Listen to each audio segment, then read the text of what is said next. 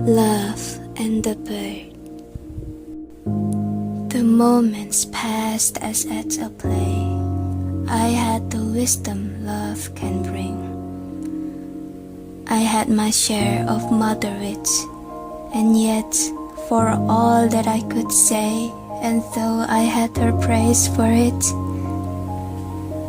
and she seemed happy as a king, love's moon was withering away. Believing every word I said, I praised her body and her mind, till pride had made her eyes grow bright, and pleasure made her cheeks grow red,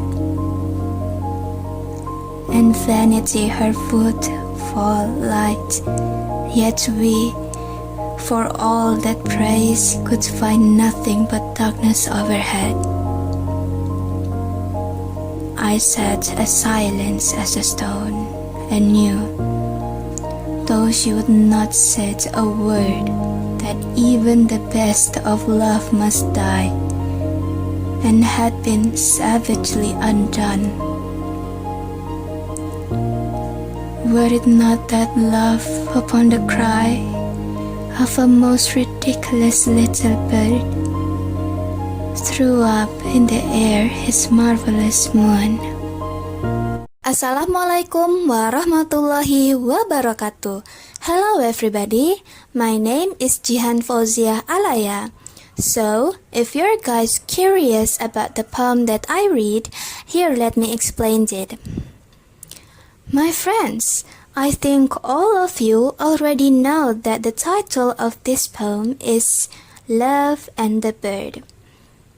But did you know that this poem was made by an Irish poet, and his name is William Butler Yeats?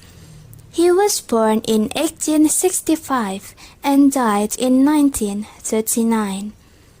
And his poem was known for their themes such as love, nature, and mystical.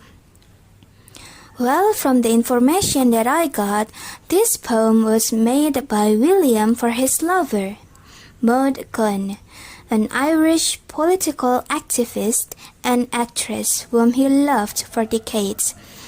But every time William tried to propose to her many times, Maud refused it. The poem Love and the Bird was likely also inspired by his feelings for Maud Gonne, and reflections on how human love can change or fade, but can be revived again with little things.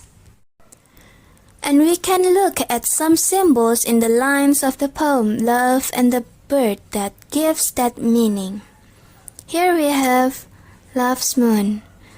It's a symbol of beautiful, gentle, but always changing and fading. Where love's moon was withering away.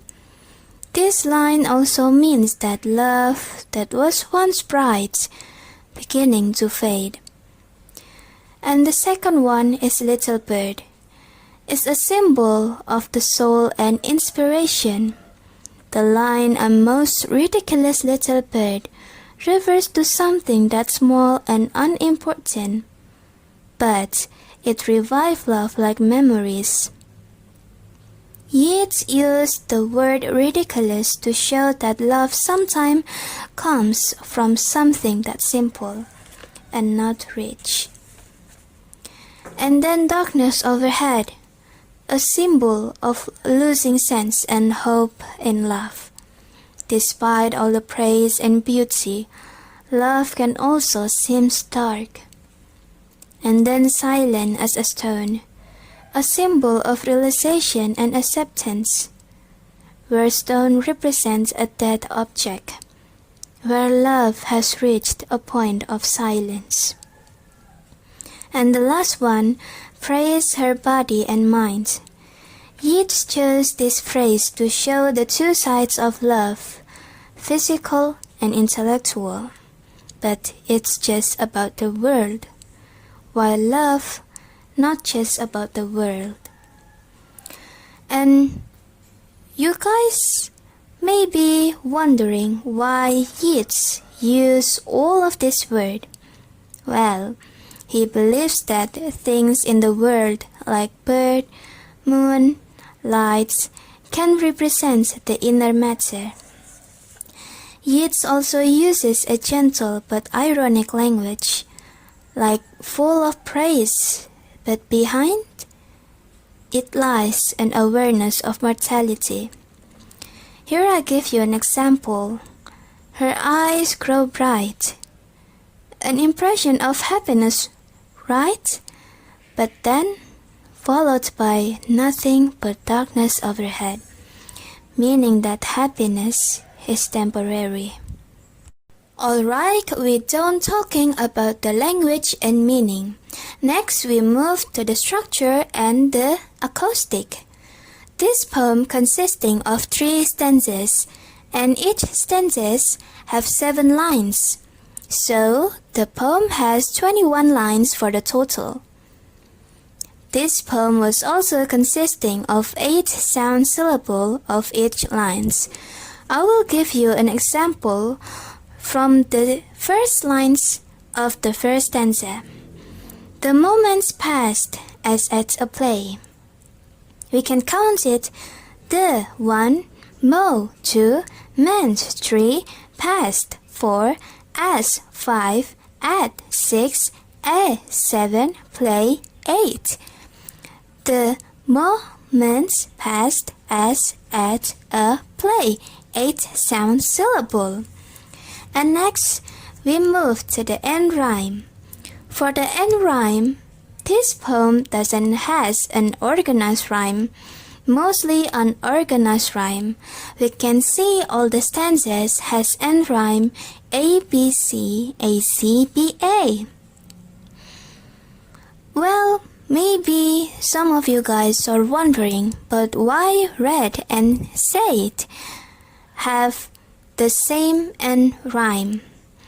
Well, Yeats uses a slant rhyme where the last word of each line have almost the same sound, and maybe in Irish language, set become red becomes set.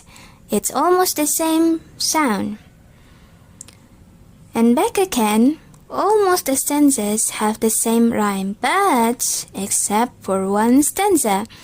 The last stanza have different end rhyme.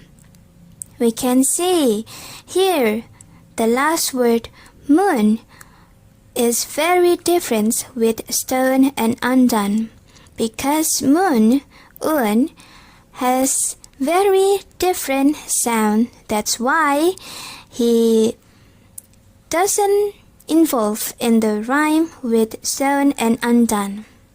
Alright? Now we talk about assonance. What is assonance? Assonance is a repetition of vowel sound. Here I use stanza 2 for the example. I marked it yellow color. If you paying attention, try to spell it. All the words have the same vowel, I. Mind, pride, bright, light, okay? Next to the consonants.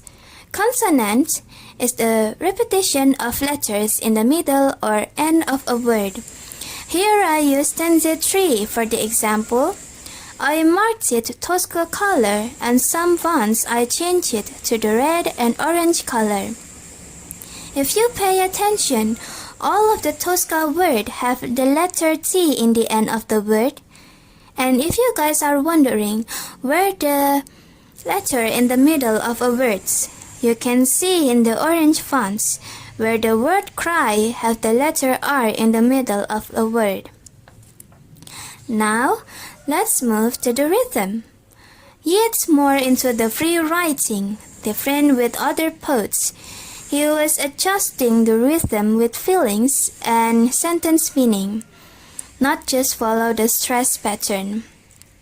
And here I give you an example from the poem Love and the Bird by William Butler Yeats and Sonnet 18 by William Shakespeare. Here we have da-dum, da-dum, da-dum, da-dum. That's for the William Butler Yeats for the first sentence. While the second sentence, dum, da-da-dum, da-dum, da-dum. If you guys paying attention closely, it's very different from the poet's Sonnet 18 from William Shakespeare.